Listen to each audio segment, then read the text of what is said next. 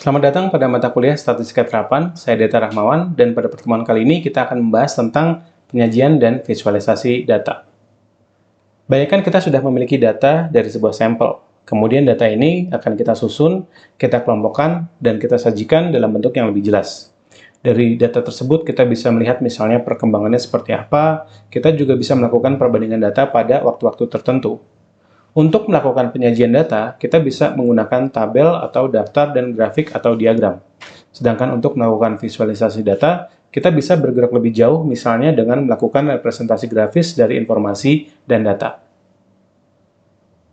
Selanjutnya, kita bisa melihat di PowerPoint ada tabel atau daftar yang berkaitan dengan langkah pertama setelah kita mendapatkan data. Tabel adalah penyajian data dalam bentuk kumpulan angka yang disusun menurut kategori-kategori tertentu dalam sebuah daftar. Dan kemudian, dalam tabel, data akan disusun dengan cara yang alfabetis, geografis, menurut besarnya angka, historis, atau menurut kelas-kelas yang lazim.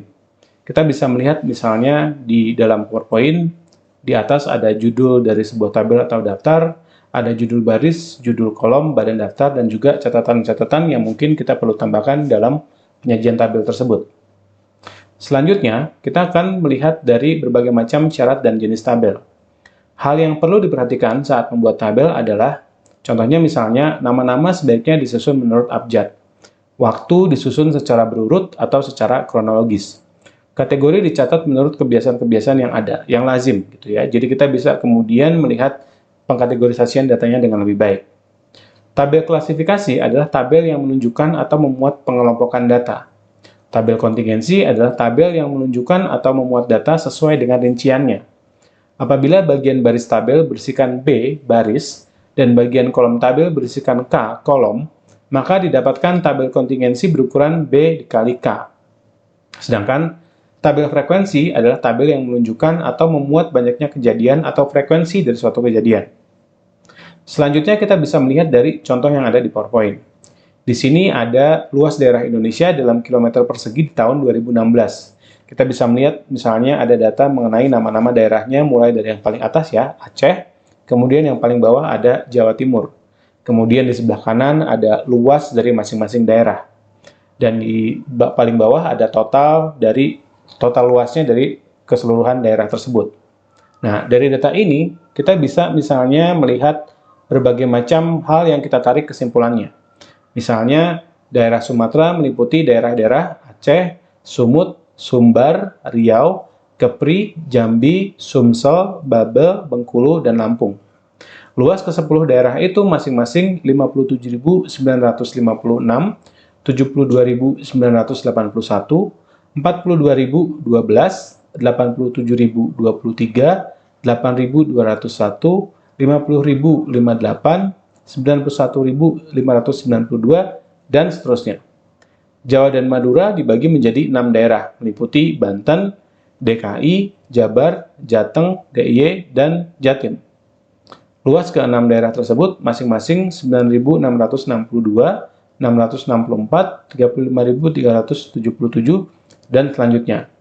Dari tabel ini, kita kemudian bisa misalnya mengekstrak atau mengambil kesimpulan-kesimpulan awal yang berisikan dari data yang bisa dikategorisasikan tertentu. Selanjutnya, kita bisa melihat contoh tabel kontingensi. Di sini ada tabel yang berjudul minat mahasiswa UNPAD terhadap jurusan favorit.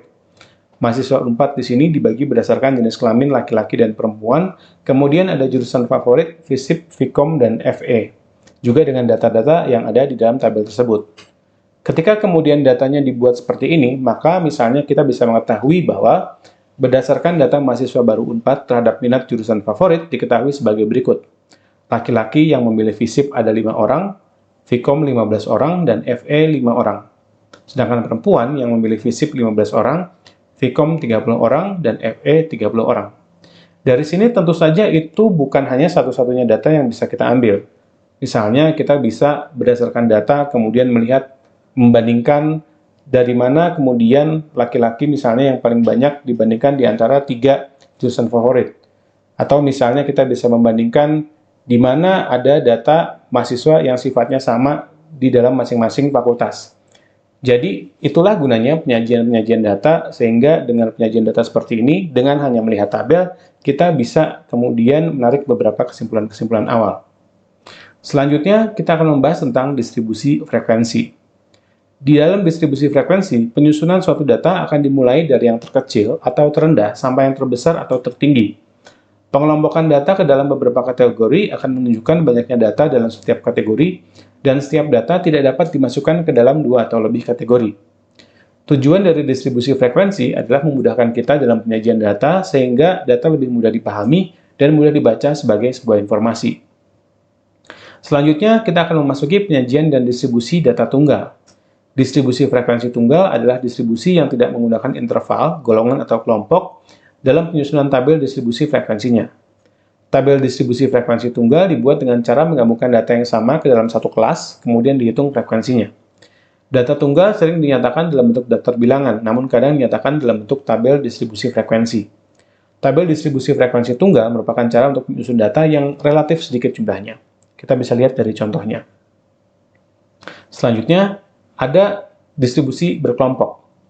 Di sini misalnya kita bisa melihat ada contoh data mengenai nilai statistik terapan pada tahun 2017 dari 48 mahasiswa ilmu sosial sebagai berikut. Dari data yang kita bisa bilang terserat dan belum beraturan ini, kita misalnya bisa menentukan seperti apa jangkauannya, bagaimana kita bisa menentukan kelasnya, panjang kelasnya, dan dibuat tabel dengan distribusi berkelompok. Di sini misalnya dari nilai statistik itu kita mengetahui bahwa batas bawahnya adalah 43 dan batas atasnya adalah 77. Dan ada kelas dan ada panjang kelasnya. Dan juga setelah itu kita bisa menentukan frekuensinya berapa dan frekuensi kumulatifnya. Selanjutnya kita masuk ke dalam penyajian data. Di sini dari data yang sudah dikumpulkan, kemudian kita buat tabulasi, kita buat penyajian dalam bentuk tabel seperti yang sudah kita bahas sebelumnya, kita bisa mulai melakukan analisis dan kemudian melakukan visualisasi. Visualisasi data berguna untuk membantu mengurai kompleksitas interpretasi angka-angka statistik. Visualisasi data dengan diagram lebih mudah diterima secara umum. Dan selanjutnya, kita bisa melihat ada beberapa jenis diagram yang lazim digunakan dalam konteks statistika terapan. Misalnya saja ada diagram batang, diagram garis, diagram lingkaran, diagram gambar, diagram peta, dan diagram pencar atau diagram tebar. Selanjutnya, kita bisa lihat contoh dari diagram batang. Di sini ada diagram batang yang berisikan data pemasukan di bulan Januari hingga bulan Juni. Data tersebut menggambarkan suatu distribusi frekuensi. Diagram batang di sini menggambarkan kategorisasi dan jumlah atau nilai dalam masing-masing kategori dalam kurun waktu tertentu. Terdapat sumbu datar horizontal dan sumbu tegak atau vertikal. Dan di sini visualisasinya bisa dilihat berbentuk batang. Dengan visualisasi diagram batang seperti ini, misalnya kita bisa bilang bahwa data pemasukan yang paling tinggi berada di bulan Maret dan data pemasukan yang paling kecil berada di bulan April. Dengan visualisasi seperti ini, tentu akan lebih memudahkan kita untuk menarik kesimpulan-kesimpulan seperti tadi. Dari data yang sama, seperti yang tadi dibuat untuk diagram batang, kita juga bisa menggunakan diagram garis. Di sini ada penarikan garis dari titik-titik yang telah disesuaikan dengan data yang tersedia. Data yang kemudian divisualisasikan dalam bentuk diagram garis digunakan untuk menggambarkan keadaan yang berubah secara berkesinambungan. Jadi dengan data yang sama, kita bisa melihat bagaimana ketika data itu disajikan dalam bentuk diagram batang maupun diagram garis. Selanjutnya adalah diagram lingkaran. Di sini penyajian data statistik berbentuk lingkaran dan bagian-bagian dari daerah lingkaran yang menunjukkan persen data. Pertama-tama, kita harus menentukan besar persentase tiap objek terhadap keseluruhan data dan besarnya sudut pusat sektor lingkaran. Jadi dari data pemasukan kita bisa kemudian menyajikan dalam bentuk diagram lingkaran seperti ini. Dan yang jadi fokus di sini adalah persentase data. Selanjutnya ada yang disebut dengan diagram gambar atau lambang. Diagram gambar atau juga disebut dengan diagram simbol atau piktogram ialah suatu diagram yang menggambarkan simbol-simbol dari data sebagai alat visual untuk orang awam. Misalnya, hutan digambarkan dengan pohon, listrik digambarkan dengan bola lampu. Atau di contoh di sini, kita misalnya bisa melihat ada satu gambar cupcake yang sebetulnya mewakili 10 cupcakes. Jadi kita bisa katakan misalnya ada satu toko shop C yang dia menjual 20 cupcakes yang menggunakan lambang 2 cupcake di sini. Selanjutnya, kita memasuki salah satu diagram yang mungkin kita bisa lihat cukup kompleks, yaitu diagram peta. Diagram peta atau diagram kartogram yaitu diagram yang melukiskan fenomena atau keadaan dihubungkan dengan tempat kejadian itu berada. Teknik pembuatannya digunakan peta geografis sebagai dasar untuk menerangkan data dan fakta yang terjadi. Kita bisa lihat contoh di sini, misalnya data mengenai presidential election 2020 di Amerika, di mana kemudian kita bisa mendiagnosis negara-negara bagian mana yang kemudian memilih Biden ataupun Donald Trump di sini. Inilah yang dilihat sebagai contoh dari diagram peta. Selanjutnya adalah diagram tebar. Scatter diagram atau diagram tebar atau pencar adalah alat yang berfungsi untuk melakukan pengujian terhadap seberapa kuatnya hubungan antara dua variabel. Diagram ini juga kemudian bisa menentukan jenis hubungan dari dua variabel tersebut, apakah hubungan positif, hubungan negatif, ataupun tidak ada hubungan sama sekali. Bentuk dari scatter diagram adalah gambaran grafis yang terdiri dari sekumpulan titik-titik atau point dari nilai sepasang variabel, variabel X dan variabel Y. Selanjutnya, kenapa sih kemudian kita harus mempelajari dengan baik tentang penyajian dan visualisasi data? Karena biasanya ketika kemudian kita sudah memiliki data dari berbagai macam penelitian yang sudah kita lakukan, akan terdapat kesalahan-kesalahan umum dalam visualisasi data. Kesalahan yang biasanya terjadi, tentu saja yang pertama akan berkaitan dengan data itu sendiri. Jika data yang didapatkan kurang baik, maka hasilnya pun akan kurang baik. Garbage in, garbage out. Kemudian, kesalahan umum dan visualisasi juga bisa terjadi karena ada pengelompokan pengkategorisasian yang kurang tepat. Selanjutnya, kesalahan umum ini juga bisa terjadi karena pemilihan diagram yang kurang tepat. Misalnya saja, ketika tadi kita bicara tentang diagram lingkaran, ketika kita punya terlalu banyak kategorisasi, misalnya, maka diagram lingkaran yang kemudian kita buat mungkin tidak menunjukkan visualisasi data dengan baik. Dan ini juga bisa misalnya terjadi karena terlalu banyak informasi, misrepresentasi data, skala yang tidak konsisten, dan lain sebagainya. Visualisasi data juga penting untuk menunjukkan fungsi. Misalnya, di sini kita bisa lihat ada berbagai macam diagram yang sebetulnya memiliki fungsi-fungsi tersendiri. Apakah kemudian visualisasi data yang kemudian kita mau tunjukkan, itu juga sekaligus menunjukkan perbandingan dari data yang kita miliki? Atau misalnya kita memiliki data yang kemudian ingin kita perlihatkan distribusinya seperti apa? Atau misalnya kita juga memiliki data yang mau kita tunjukkan komposisinya seperti apa, atau juga hubungannya seperti apa. Jadi visualisasi di sini bukan hanya untuk sekadar diperlihatkan saja, atau kemudian kita hanya menyajikan saja, tapi visualisasi juga bisa berkaitan dengan fungsi.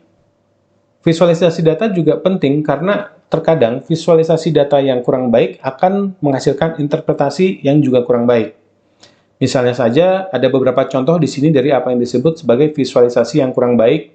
Misalnya, kita bisa melihat ada data dari korelasi yang kemudian sebetulnya tidak menunjukkan kausalitas. Atau kita misalnya bisa melihat ada data yang tidak ditunjukkan sepenuhnya, jadi bisa menimbulkan interpretasi yang salah.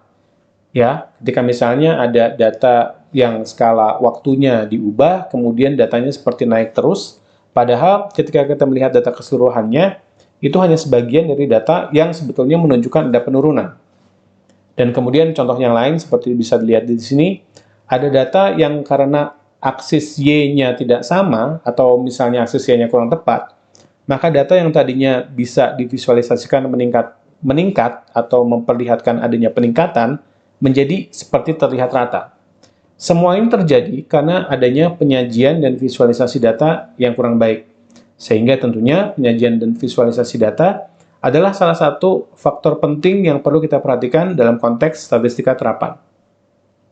Saya pikir itu saja materi terkait penyajian dan visualisasi data. Semoga materi pada video ini dapat berguna dan juga dapat memicu Anda untuk lebih mempelajari tentang penyajian dan visualisasi data. Terima kasih.